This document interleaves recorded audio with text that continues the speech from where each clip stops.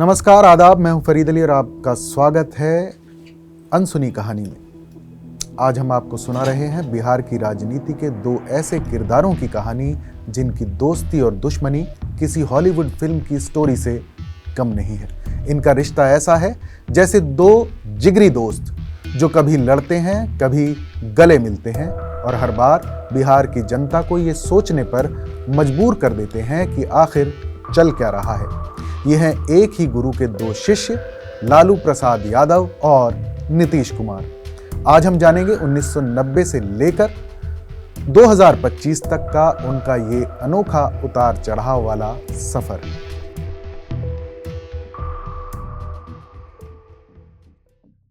लालू यादव और नीतीश कुमार की दोस्ती की ये कहानी शुरू होती है 1970 के दशक में जयप्रकाश नारायण के संपूर्ण क्रांति आंदोलन से। तब ये दोनों नौजवान नेता एक ही मंच पर थे, एक ही मकसद के लिए लड़ रहे थे। दोनों की जोड़ी कमाल की थी।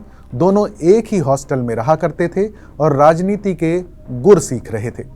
1990 में जब जनता दल को बिहार में जीत मिली तो मुख्यमंत्री की कुर्सी के लिए लालू का नाम आगे बढ़ाने में नीतीश ने अहम भूमिका निभाई थी।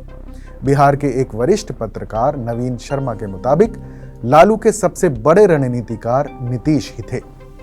वो नीतीश कुमार ही थे जिन्होंने लालू के लिए घर घर जाकर विधायकों से बात की और उन्हें मुख्यमंत्री बनवाया। लालू यादव ने भी एक पुराने इंटरव्यू में माना था कि नीतीश का बहुत बड़ा योगदान था। छात्र राजनीति में भी हम सब एक साथ ही थे। तब ऐसा लगता था कि बिहार की राजनीति में इन दोनों की जोड़ी अटूट है। लेकिन जैसे हर कहानी में एक ट्विस्ट आता है और इस कहानी का ट्विस्ट कुर्सी और राजनीतिक महत्वाकांक्षा था।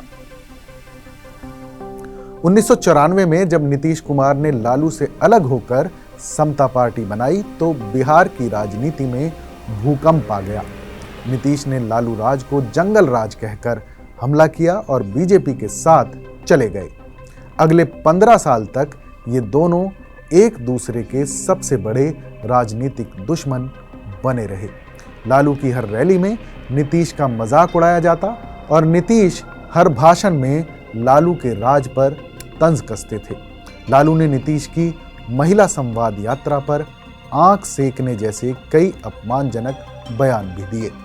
लेकिन फिर आया साल 2015 का चुनाव। बीजेपी को हराने के लिए लालू नीतीश की पुरानी दुश्मनी को फेविकोल का जोड़ मानकर एक कर दिया गया। लालू यादव ने तो एक रैली में यह भी कह दिया था कि नीतीश तो मेरा छोटा भाई है, वो नाराज होकर चला गया था, अब वापस आ गया है। और फिर दोनों ने मिलकर बीजेपी को हरा दिया। लेकिन ये दोस्ती ज्यादा दिन नहीं चली। 2017 में नीतीश कुमार ने एक बार फिर अंतरात्मा की आवाज सुनी और अंतरात्मा की आवाज सुनकर भ्रष्टाचार के आरोपों में घिरे तेजस्वी यादव का इस्तीफा मांग लिया। और जब लालू ने मना किया तो महागठबंधन से इस्तीफा देकर फिर से बीजेपी का दामन थाम लिया। ये कुछ ऐसा था कि जैसे एक फिल्म का क्लाइमैक्स बार बार बदल रहा हो। पिछले कुछ सालों के दौरान लालू नीतीश की ये दोस्ती दुश्मनी और भी ज्यादा दिलचस्प हो गई है। 2024 के लोकसभा चुनाव के बाद भी बिहार की राजनीति में लगातार हलचल मची हुई है। वरिष्ठ राजनीतिक विश्लेषक आलोक वत्स बताते हैं कि लालू और नीतीश की ये जोड़ी सिर्फ कुर्सी के लिए नहीं बल्कि अपनी अपनी राजनीतिक विरासत को बचाने के लिए है। लालू अपने बेटे को मुख्यमंत्री बनाना चाहते हैं जबकि नीतीश अपनी राजनीतिक प्रासंगिकता बनाए रखना चाहते हैं।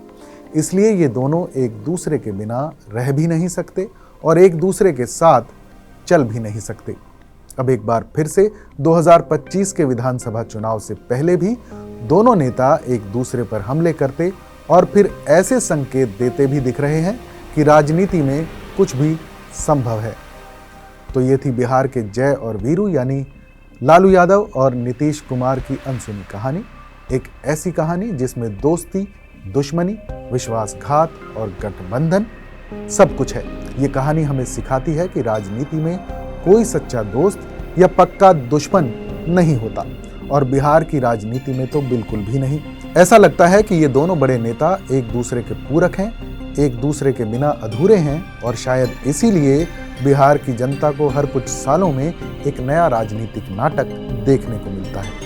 खैर, इस कहानी पर अपनी राय हमें जरूर बताएं। अगली कड़ी में फिर मिलेंगे एक और नई अनसुनी कहानी के साथ। तब तक के लिए नमस्कार।